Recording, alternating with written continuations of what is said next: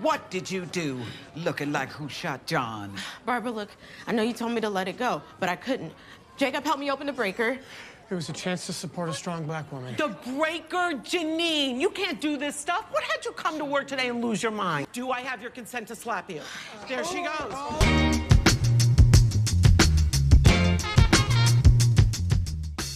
Welcome back to Restorative Justice Reflections. I'm your host, David Ryan Barcega Castro Harris, all 5 names for all the ancestors. And today I'm here with Tamara Moore to dive into the restorative themes, or lack thereof, found in Season 1, Episode 2 of ABC's hit show Abbott Elementary, Lightbulb.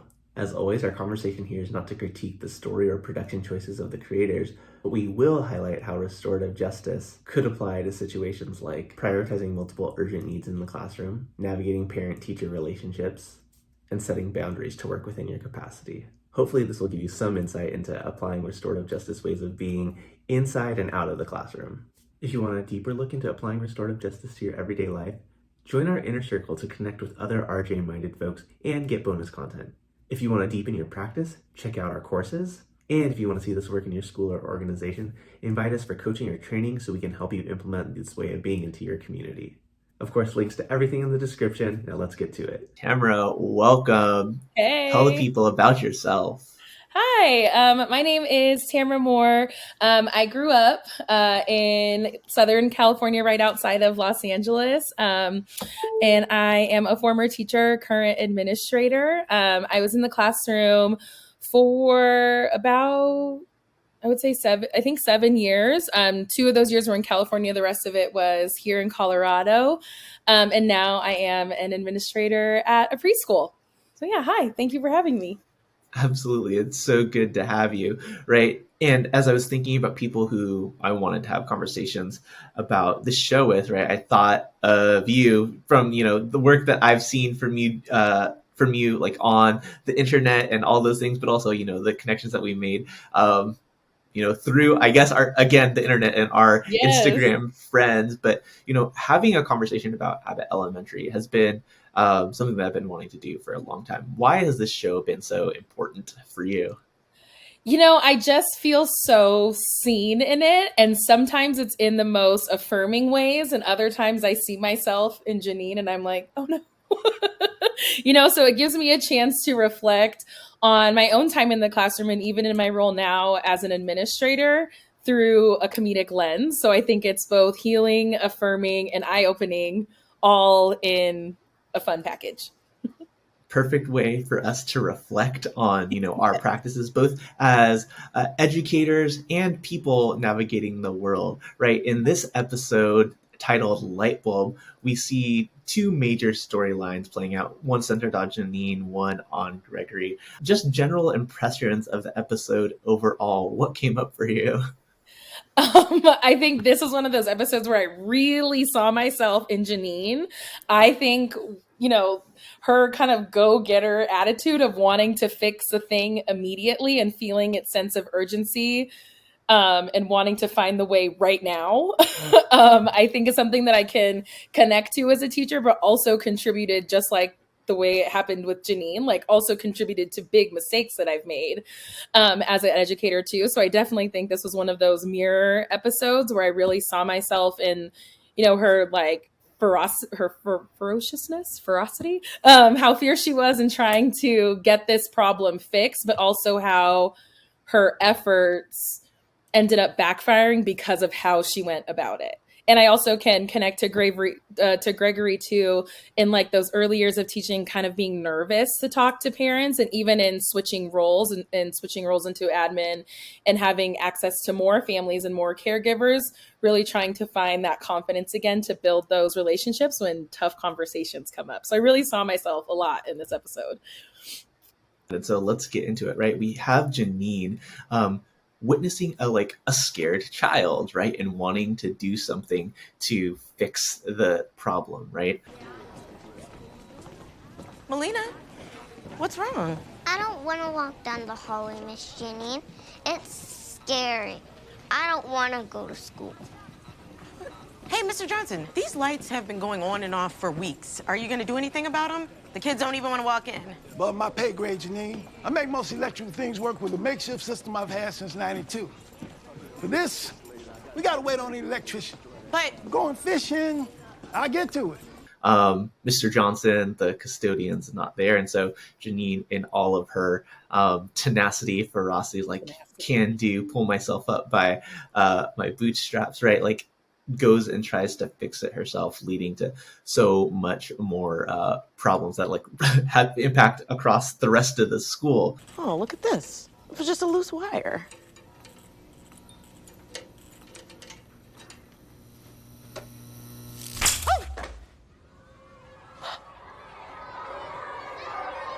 Right?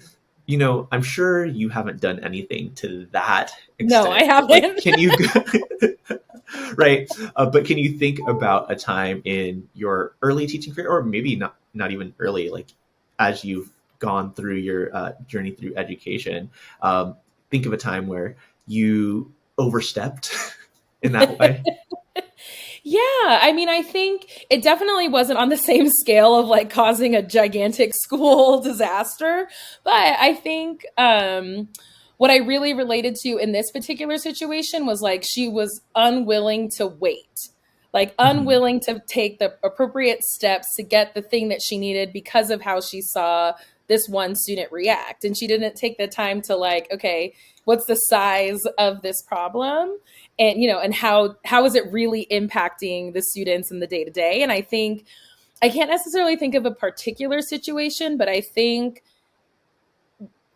that kind of energy that Janine has is something that I also share or can share when I was in the classroom. And I think it contributed a lot to me just being so exhausted, because there's so much in education that can be fixed, whether it's the physical building, like my previous classroom, I didn't have air conditioning. So whether it's like, you know, the physical building or the actual practices and policies that are being put into place that really can cause a lot of harm to a lot of students. And I have the tendency to like just want to fix it now. So I'll go. And I won't stop and think, okay, what's the best way to get the result that will be best for the students, but in a way where I can sustain it, and in a way where I'm really relying on the expertise of other teachers and other leaders in education to help guide me on the way. Like I don't have to do it by myself. And sometimes that means you just have to, like, you just have to pause. You just have to breathe. Yeah. You just have to pause. Yeah. Right. Or like, are you even the right person to be trying to fix the problem? Right. And I think like Janine does think about like, oh, like I could ask for help, but Mr. Johnson just doesn't happen to be there. And like in that urgency, she's like, okay, cool, I'm going to fix it myself. Like, or Mr. Johnson just comes back. He's got his system for fixing the lights and like click, click, click, click, click. Yeah. Done, right? And it would have saved everybody so much more heartache. But like, it is hard to ask for help. It is hard to be in the position where you feel like you're the only one, right? And as I was watching this episode, I was thinking about so many characteristics of white supremacy culture that were coming up, right? The urgency, the saviors, and the paternalism, like the, I'm the only one mentality who can fix this. And right, Janine's not a white person, right? But Janine is somebody who, you know, went to Penn and like navigated systems of white supremacy well. And like this has been ingrained in her and in many teachers, right? In teacher education programs and just like the general ethos around like, you know, teachers got to be self-sacrificial. They've got to do everything. They got to go above and beyond. Like that's damaging for not only for like the school in this instance, but like for Janine as a person, right? Even in the dynamic we've seen between her and her boo, right? Like she's so giving, she's overly giving, right? And like that is leading her to a place where she's not able to function the best that she can.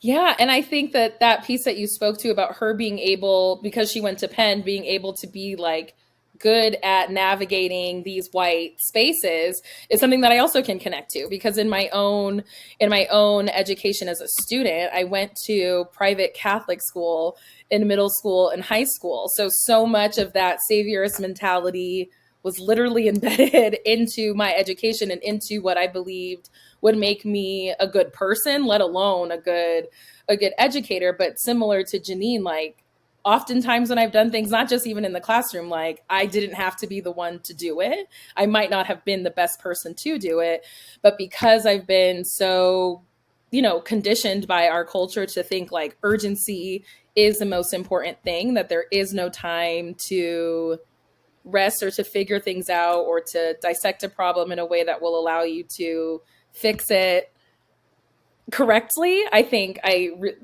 this just was one of those things where I was like, dang, I Yeah. see myself in this and see the difference in myself as an educator in my first year and where I am now. I think my first years really like scream Janine.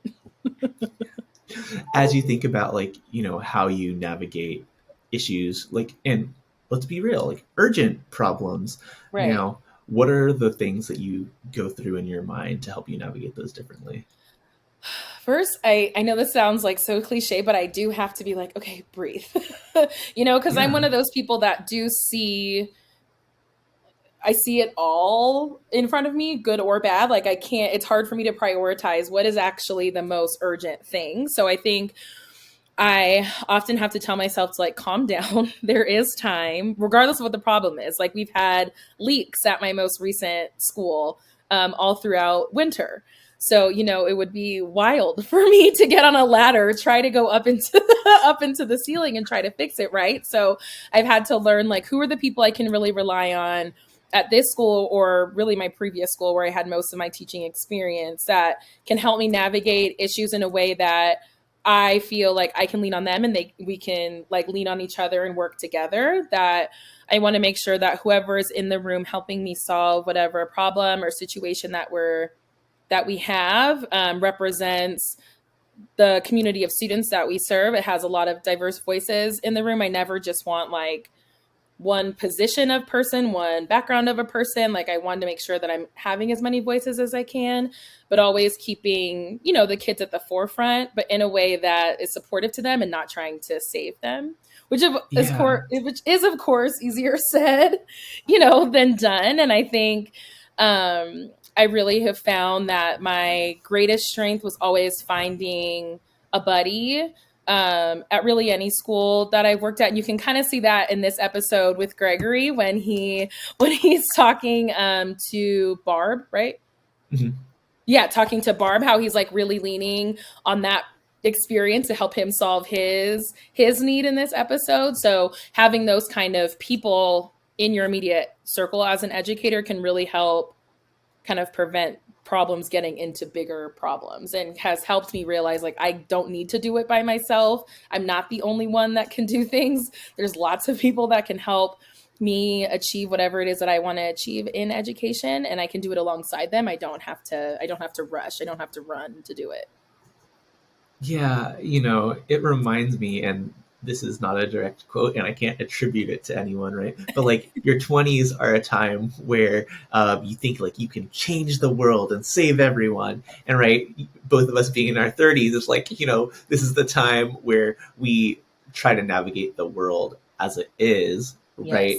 Yes. Still advocating for the changes that we want to make, but like we're limited people with like finite bandwidth and resources, and so what are the ways that we're going to do that? Just because, and going back to what Melissa says, like just because like we're not running to fix like every single problem, throwing ourselves in front of all of these issues and burning ourselves out doesn't mean like there's not care. It's just being strategic about where you're going to exercise your finite resources. Yes, and it feels so hard to do that, I'm sure, in any profession, but in education particularly, because it just feels like such a grind all the time. And it's one of those jobs or professions where you're never really like done, like you can go home and finish your stack of grading papers or finishing like the paperwork of it all, but you still carry so much of the experience of the day with you. At least I did, wherever I went. And it's hard to learn how to put that down. And it's hard to do it in a system and in a society that tells us like, who else will be there for them? Like you have to do everything right now, but learning to navigate your own needs and your own, bandwidths within a system that can be so, sometimes I felt like almost like suffocating with the pressure of being a teacher. Sometimes it's beautiful that these two teachers are able to impart their knowledge, on Janine and Gregory. Like, it's going to be okay. We care. We're taking care of ourselves because we care so that we can be here. And I love that. If you're appreciating this video, like to help us in the YouTube algorithm, subscribe so you won't miss a video, and share it with someone to help us further amplify this work. Now back to the show. So we'll get to the Gregory and Barbara of it all, but even, right, Janine has this conversation with Melissa. How do you and Barbara stop yourselves from caring too much, if that's a thing? Because it's the opposite. We care so much, we refuse to burn out. If we burn out, who's here for these kids? That's why you got to take care of yourself. Right, and making sure that you are working within your capacity requires that you are honest with yourself about like what you can do and like what are the boundaries that you're setting. And those are things that, you know, obviously easier said than done, often like opposite of what you're told to do by society or maybe by your peers or by your administration. But like if you want longevity in this work, and I think, you know, we can think about this in terms of education, but we can think about it also in other ways that we show up in the world, in partnership as parents, all these, in friendships and all these things, right? Like what are our boundaries and how are we going to make sure that we are operating from a place where we can give, not from a place of lack? So important. We also have this dynamic where Janine is viewing the other teachers around her as like, oh, you don't care, right? But and you shared like why that wasn't necessarily the case. It was highlighted in the show. What was it that you wanted to say? Yeah, so I just wanted to share when Janine was going up the ladder originally to fix the light. The more senior teachers are just used to giving in, but I, however, am young, sprightly, and know where they keep the ladder. And she was mistaking the more experienced teacher's lack of urgency as like a lack of care. And I think that is something as new teachers that I personally experience. Like, why am I feeling like this and they're feeling like that?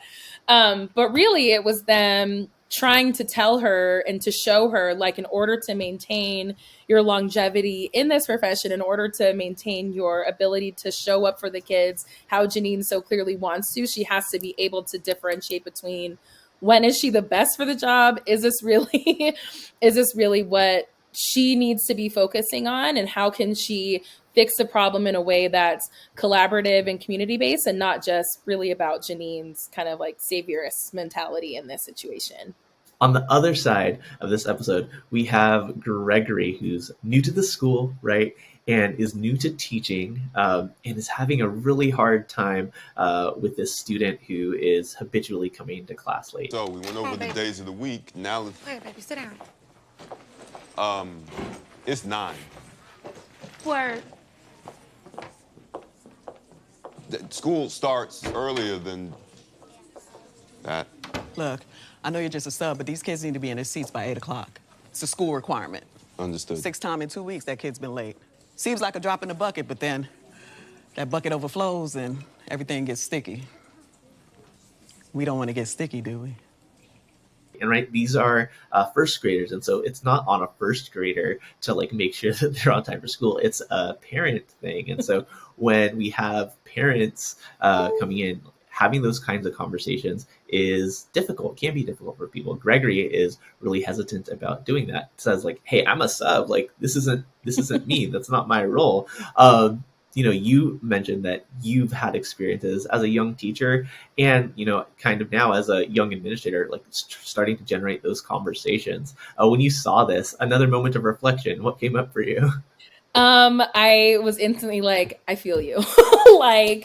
Because I think my struggle with communicating with parents has always stemmed from wanting to make sure that I'm respecting like their position, right? Like, yes, we're on the same team for whichever kiddo we have the concern about or there's a conversation we want to have, but ultimately like the parent is in a position that I'm not in.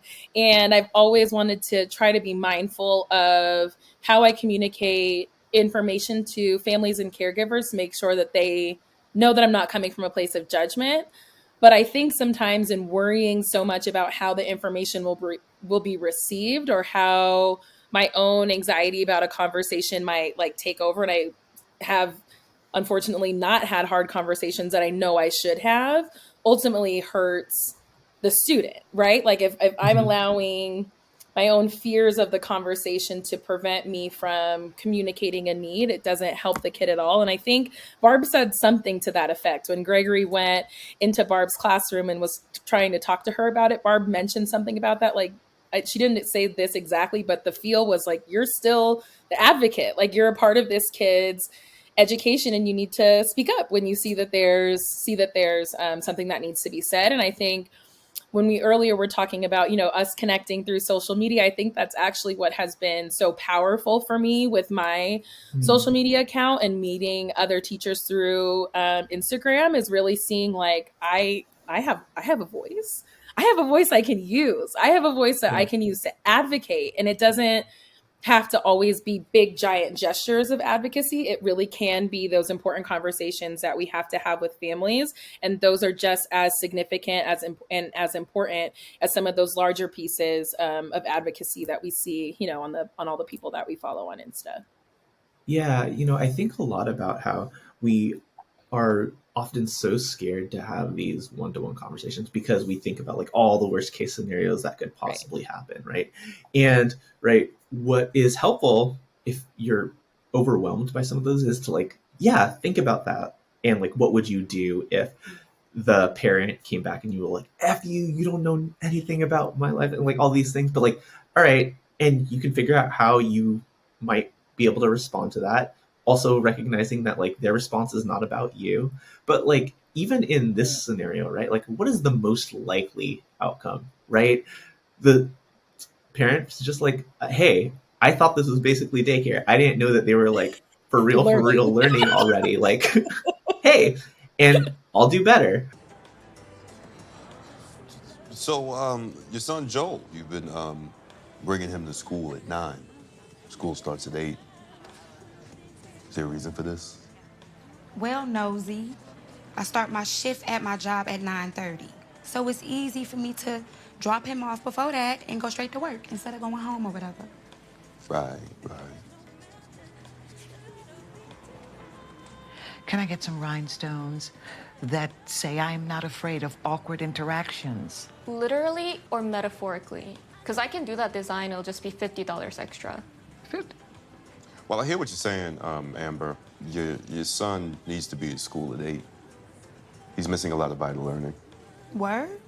I thought y'all just be playing with blocks and stuff. No, this isn't daycare. By the time he comes in, we're already working on primary reading and math. He's always struggling to keep up. Oh. I didn't know that. Yeah, I would hate for him to fall behind and have to retake the grade. Now, I don't want that, but that's as much up to you as it is up to me. I get you. I don't want him to fall behind. He's a smart kid. Very. Okay. I'll bring him at 8 from now on. Right, and it was an easy conversation, right? It was an easy fix. I think sometimes sometimes in the context of work environments, sometimes in the context of interpersonal relationships, like if we don't let people know what our needs are, if we don't let people know like the things that are going on, they can't be responsive to those needs, right? People aren't mind readers. We can't assume that they know what we're wanting. And, as much as it can be intimidating to have those conversations, right? Like you said at the beginning, like you're on the same team. Right, we're on the same team. The context of this, like, hey, we want your child to learn and move on to the next grade, and we need, them to be in class in order to do that, right? Yes. Simple. And it was like Barb initiating like that space where where Gregory and Amber could talk and, spark their relationship. We know what's coming down the line for that, but like it just sometimes takes like that one instance or one scenario to like build connection for moving forward. And it takes courage, right? But like that one step like can lead to like so many more beautiful things. Yes, and I loved that scene so much for so many reasons, especially like the context of it being in a nail salon. There was so many funny commentary there too, but just the fact that like Barb did set Gregory up for success but didn't do it for him, and he was still having to find that bravery and confidence in himself to have the conversation. I mean, Barb was right there and was like kind of pushing him along the way, but I loved that aspect of leadership, or having a teacher coach who can really do that for you. I think is so important in your early years in education, and I was very lucky in my student teaching to have that. And I also just loved that while it's not always possible, you know, to have a lunch break and go get your nails done and set up the situation between a teacher and a caregiver, but I love that Gregory was able to meet the parent in a space that was comfortable for her and was able to speak her language about it. And the way that he brought it up to her, there was no judgment in his voice, and he was really thoughtful and careful about how he communicated it, but he was direct and got the point across and did it in a way that connected to her, obviously. And I loved that. I thought that was really special, and is kind of the key of those tough conversations, is just really knowing your audience and knowing how you can communicate with this parent in a way that will advocate for the kid, still make sure you end up both being on the same team at the end of it. So I loved that. Yeah, right. It's, if we're thinking about, you know, restorative communication, right? Say the problem without blame, right? What are the observable facts, right? Late, missing instructional time, right? And we both want maximum instructional time, so like there can be academic success. Can we make this happen? And make the request of the person, right? And there are like levels to how you do that in circumstances that have more nuance, more complexity. We don't expect all of that out of a 21-minute sitcom, right? But you know, it can be that simple sometimes, right? We just have to be bold enough, brave enough, have enough courage to initiate, right? And sometimes if we need the support, get the people to support us. Get the people to help us do the thing. Now you've heard from us. Now we want to hear from you. Drop your restorative justice reflections from this episode in the comments. And if you want to be a part of a live community conversation about this show, we're hosting a live event on July 31st, unpacking restorative justice lessons from Abbott Elementary. Link down below. Hope to see you there. Before we go, time to ask the questions that everyone answers when they come on this version of Restorative Justice Reflections. Let's imagine you have the ear of Quinta and the writers. Pitch yourself as a character on Abbott Elementary, and what is your story arc? So I would love to pitch myself as a character who was a new teacher to this school, maybe like a mid-year new teacher, who comes in with the knowledge of how to be an inclusive educator as far as like LGBTQ inclusion in schools and including all the voices and stories of marginalized communities. But this teacher is able to somehow buddy up with Quinta and support Quinta in her journey of advocacy without that aspect of saviorism that Quinta has, but also kind of bridge the gap between Barb and Quinta and help them see that, yes, advocacy is amazing and it is okay to advocate and speak up and make changes, but to do it in a way that is sustainable. And I think that like me and Quinta my character, I think we should be besties. Of course. Of course. From your mouth to Quinta, the producers and writers' ears. I'm ready, beautiful. Quinta. Well, Tamara, thank you so much for your wisdom, your stories, your reflections. Where can people support you and your work in the ways that you want to be supported? Okay, so I would love if folks could just join me on my Instagram account, which is @ifpencilscantalk on Instagram.